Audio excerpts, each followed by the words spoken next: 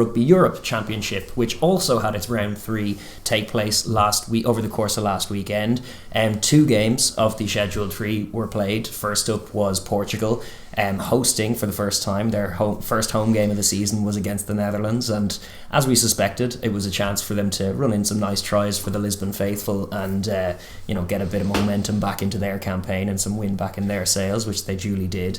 And then the game of the round was undoubtedly Spain hosting Romania, which, what a shock, what an amazing game that was. What a tournament this is. Week on week, the tempo, the quality, the shocks, each team getting plays off against each other, so evenly matched, so capable of brilliance on their day. Yeah, and truly. Spain showed that, and we're going to tuck into that game now momentarily as well. That was such a feast for all fans of rugby, and hopefully if you had the chance you got to watch it, because it really was an excellent show from the Spaniards, and throws again the permutations for this World Cup stuff right into the balance once more, and that's just very exciting.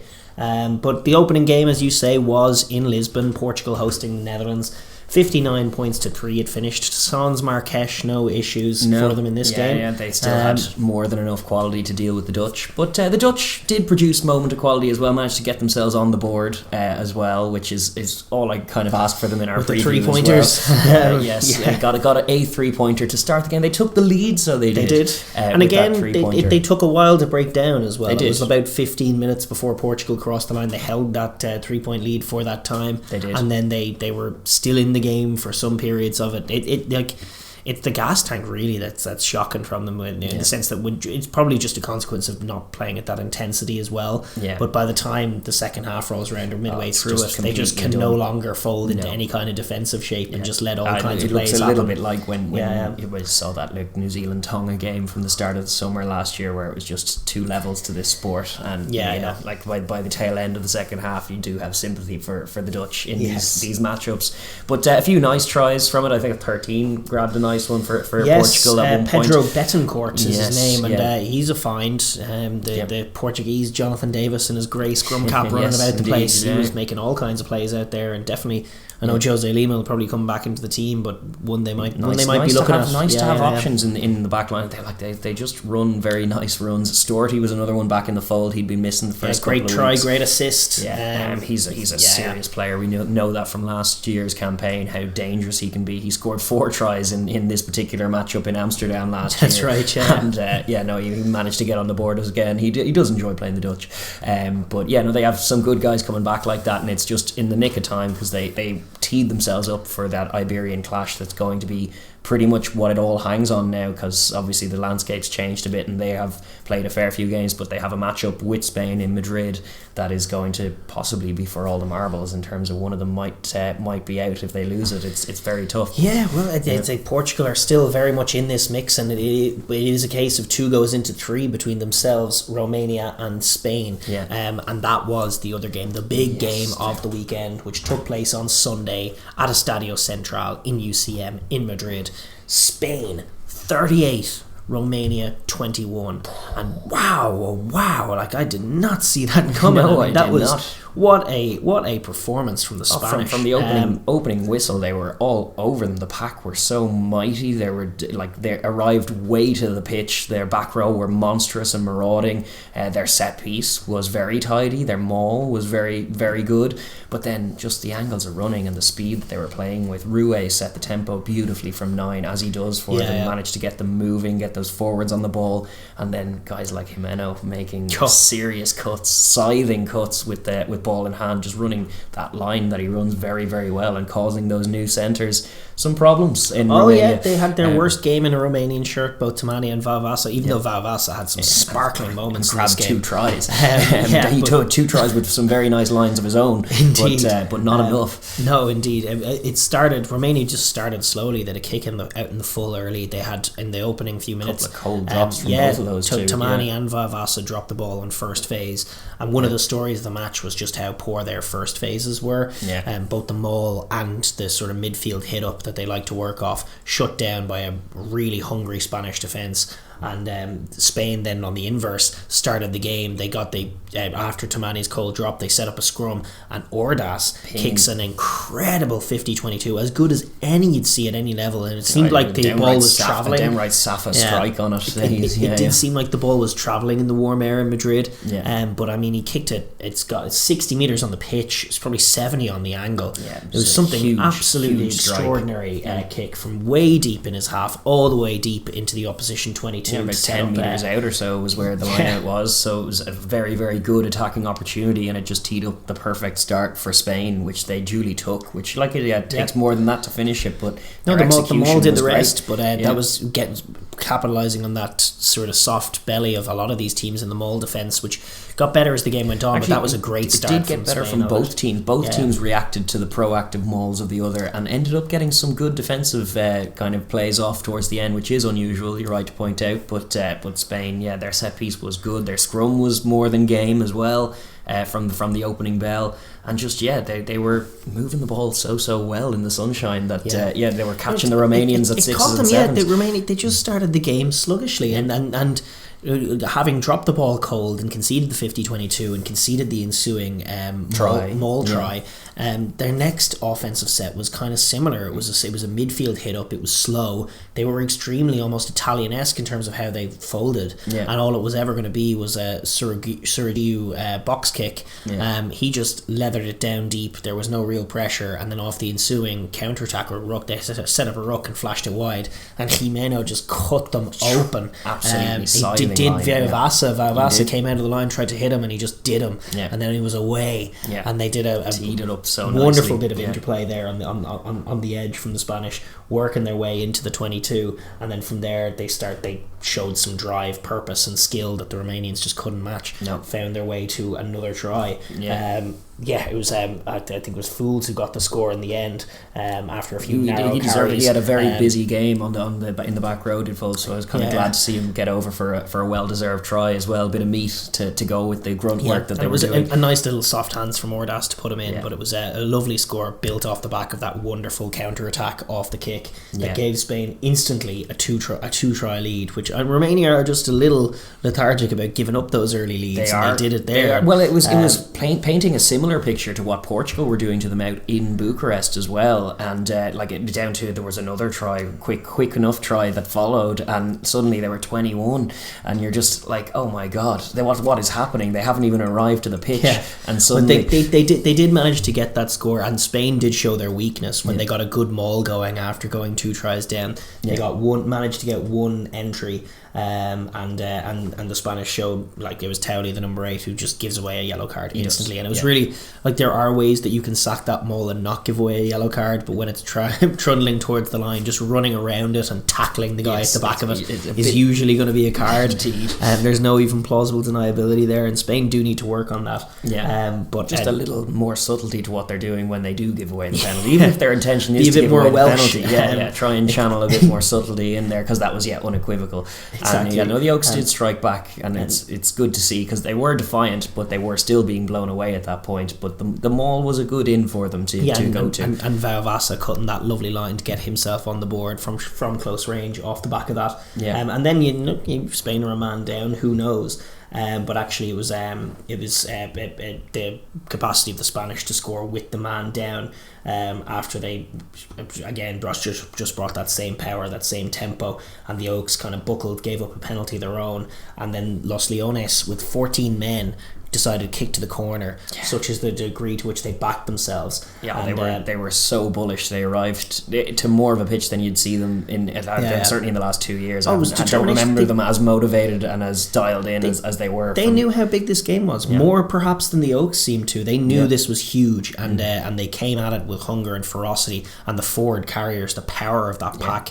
Well, it meant they earned that try. They were 14 men, but they weren't going to stop them, because they were too powerful in the contact, and they did crash over to make it 21-7, and they managed to put even more distance before them between them with another try as well to go 28-7 before half time. But I don't think that was as seminal as the defensive set that they then put in when Romania were trying to do what they did to Portugal the week or 2 weeks before, where they were way behind. It was 20 something to single figures, and you're going like, oh, we've started a bit slow here. These guys are really quick. We know that we finish games well, so we'll just try and be in range, and they did dial that in. You could see them being aware of that and going for it, and Spain's defence just held them out, repelled them, and 28-7 was just a much more insurmountable half-time scoreline than what they faced when they had a home game against Portugal, when they did manage to peg them back with that pre-half-time try and then come on strong in the end. It was just a little too late in the context of the first half and in context arriving to the pitch, and ultimately in the game then 28-7 at half-time was an insurmountable lead. It was, and the instinct obviously is to give credit to that wonderful Spanish offense that showed some sparkling ability, that classic offloading game that they bring, the speed great that they running bring, lines, depth and deception, all of that was great, but their hidden weapon in this game was the defense, shutting things down and that, really I unsettling. think that's born of the same offense. thing as the Carry game. It was just they were ferocious because they knew how much it mattered, and they were bringing that intensity from the opening bell, and Romania were shocked. But well coached as well. Like they understood what Romania were going to bring. Romania were going to bring off set pieces and off first phase. If it's off lineouts, they're going to be tough at the maul. They're going to try and maul you, and then they're going to try and hit you up in midfield. And their wingers will get the ball off the end of their moves. They're not going to go. They're not going to bust it up using the wings off first or second phase or even third phase. A lot of the time, they're going to let Vavasa and their power runners do most of that work. And Jimeno and the Spanish defense managed to shut that down so well. Like that little set where he got the pick for 28-7 was a classic example. And Romania, probably an indication of just not enough subtlety in what they're doing, where they just all took it flat to the line. There was a 10, 12, 13 all running flat to the line, so he could hit the short runner, he could hit the wide runner.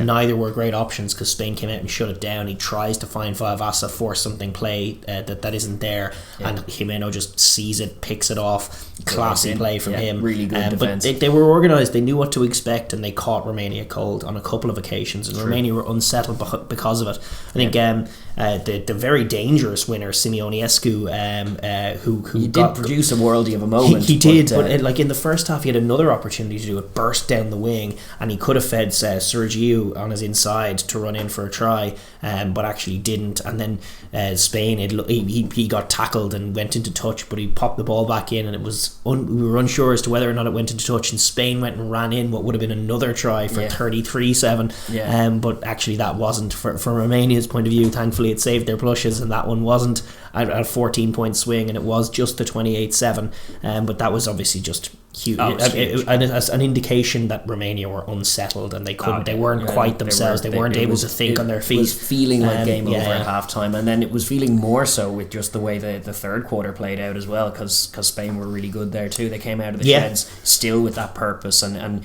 you could see that in every contact, every collision, that they were up for it, and that they were a little bit more dialed and more just accurate in everything that they were doing than Romania. They probably had about 5 or 6 goal line stands. They did at the start of that second half, as Romania really wanted to get over the line. Because they really wanted that score before half time. They knew that they needed to get it quickly. You could see that urgency from them, and Spain knew what to expect from them, both in terms of how the play was going to go, but also just in terms of they were going to throw the kitchen sink at them. There was do or die at that moment, and fair play to the Spaniards. Whatever was said at half time, it was a really good response. It involved really good defensive sets back to back to deny them that ability to get back in, and then being able to flip on a dime when the opportunity does present itself, and then go in and grab crucial scores that they did throughout this game. And the other thing is just the sheer physicality of their forward pack. I mean, both starting locks had huge plays shutting down Romanian mauls.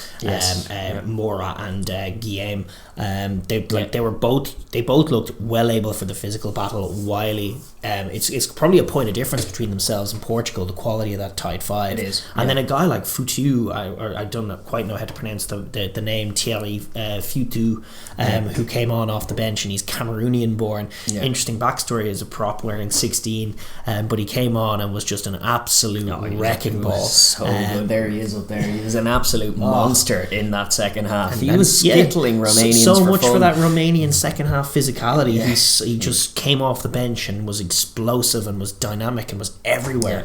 It was brilliant. That physicality in the tight five was one of the real shocks of the game from Spain, that they were Like, it wasn't just against Romania or against Russia and the Netherlands that these guys are for real, and that if they can tighten up their discipline, they are going to be a ferocious team to deal with, because the marriage of the skill and speed that they have out wide and the quality of things like their kicking game. Kicking is all very good, I was going to say. If they can marry that with the physicality of the forward pack, they're going to be a formidable very, force. very And they good, looked it in this game. This was it, coming together. This was could have been a coming of age showing as well. Queercy managed to grab the next, or was it their last score ultimately, but they grabbed a couple of tries post half time that really put the game beyond doubt. It was 38-7 was actually the gap at one point. Such was the dominance of Spain, and such was the calibre of this performance before Romania did have what they do have in their locker, which is a really good, not even last quarter, but last 10 to 15 minutes. They really do come on strong at the end of these games in these tier 2 matchups, and that's been a consistent trend. Obviously Georgia notwithstanding, and they do still have to play Georgia. It'll remain to be seen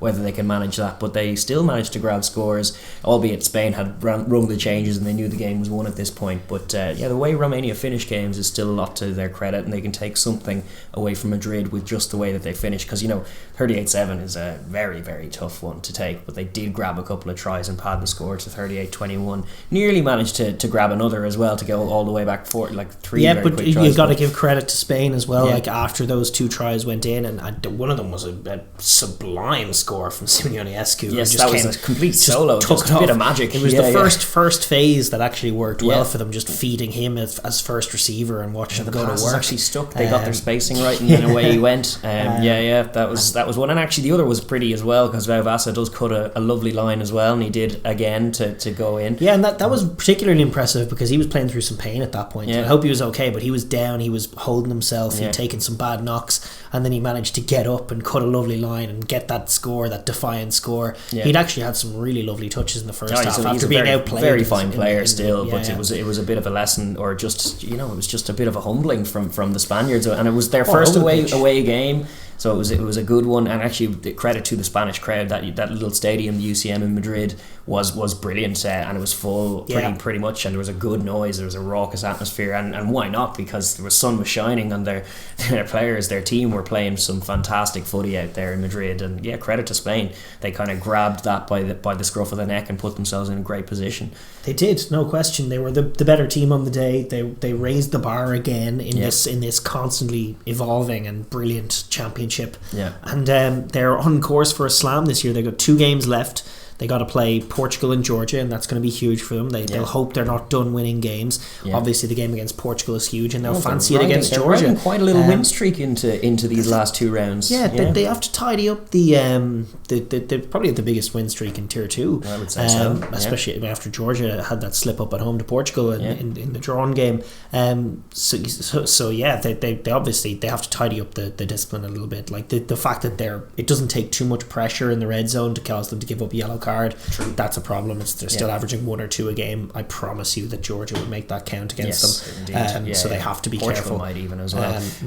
But overall, the quality of player that they have, they seem really well coached. They seem determined. They're coming to life. They were down and out last year. They're riding some momentum wave, and they look brilliant at the moment. It was Portugal who looked brilliant, and then Romania do them, and then Romania are looking brilliant. Now here comes Spain. Hopefully they don't come unstuck themselves, but it's definitely just been fascinating and high quality and enthralling this championship this year. It really has. It teased it up very, very nicely. As you say, Los Leones still on for the slam. Romania still not out of this comp or the World Cup reckoning at all. It was obviously a setback, but they were in pole position before that round, so they still had some points to spare. So it was a chance to near enough ice it. And now it's thrown it back into chaos. Right back into the mix again. But credit to Spain, full credit to Spain for a fantastic win for them at home.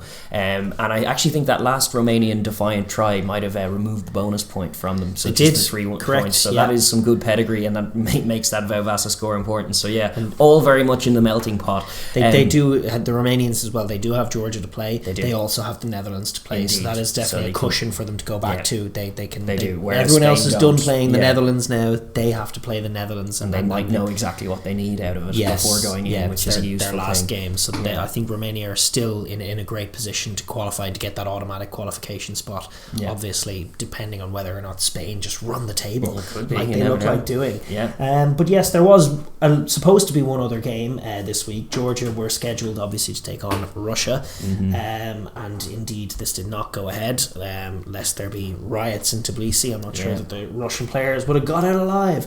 But obviously, along with most, if not all, sporting bodies in the world, World Rugby has confirmed sanctions for Russia and indeed Belarus, the suspension of both teams from international and cross-border rugby, the suspension of Russia from World Rugby membership entirely. Yep, so they're removed from the rugby rankings, for instance. Gone. Yeah. All their unions, men's teams, women's teams, they were due to host events for Rugby Europe. Their teams, NSIS-TM and Lokomotiv Moscow in the Super Cup, gone. Yeah. Their own rugby league no longer sanctioned. Yeah. All of it, they won't have access to any referees. They can do all that themselves if they want to play their own league.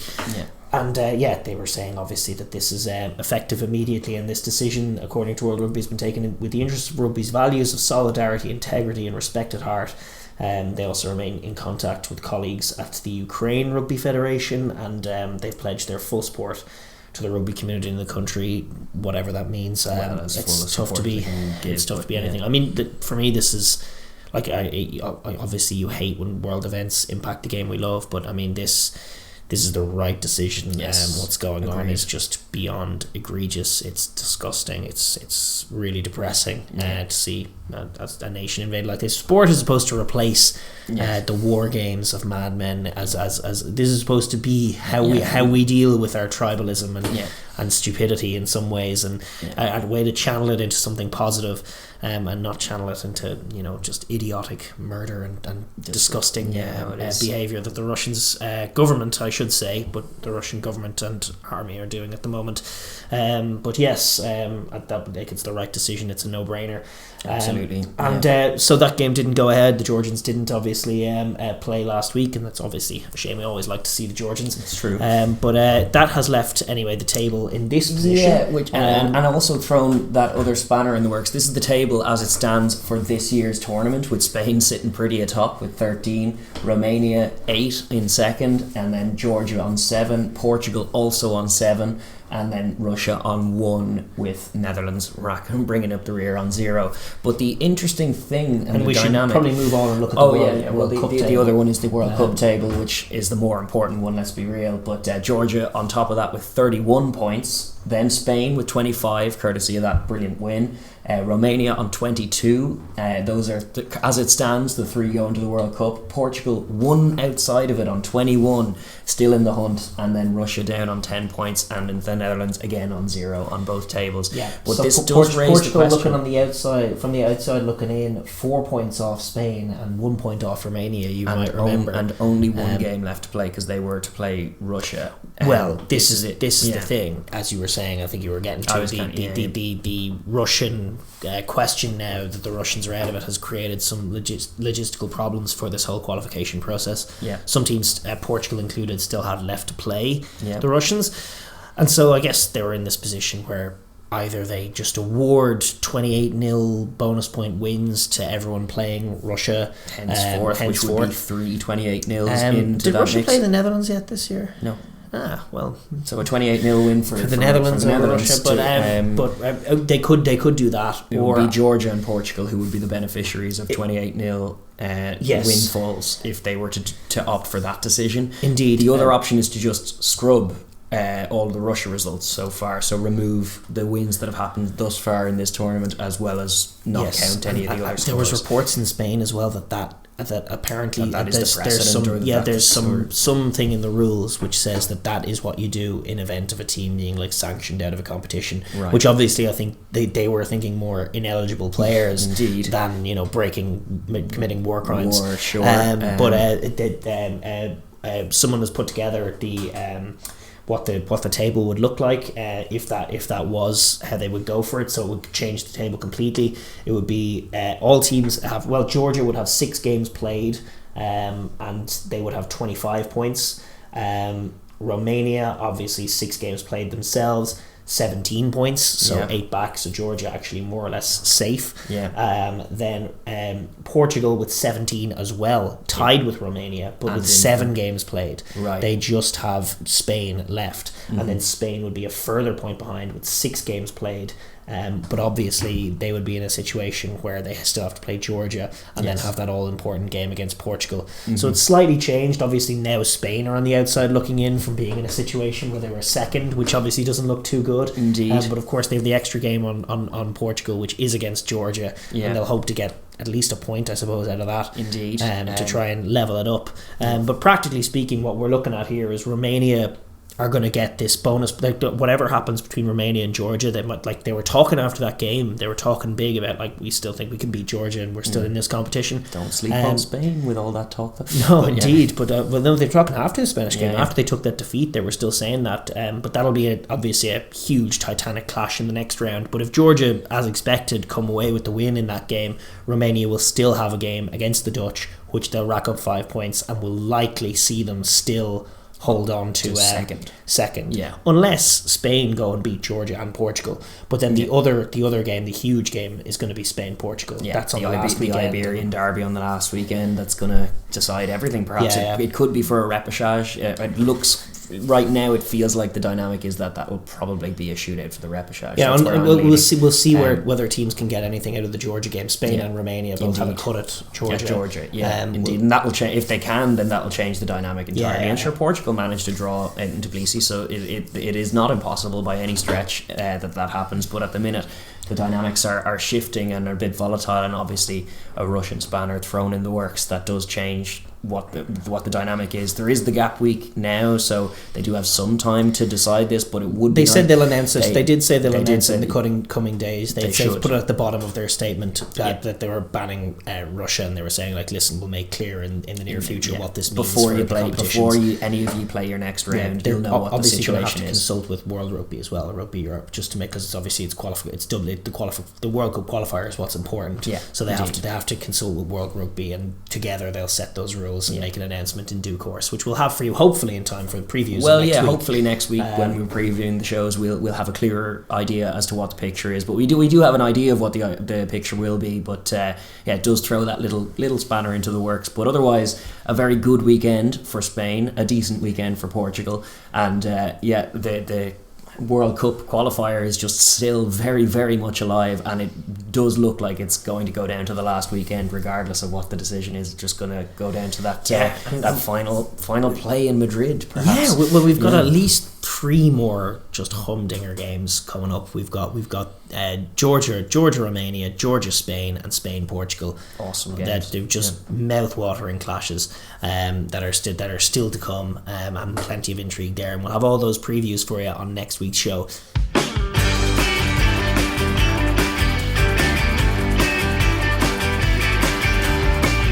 Thank you for tuning in to the Overlap Rugby podcast. If you enjoyed what you hear, please like and subscribe, and leave a comment down below as well. We enjoy hearing your opinions too. Thank you.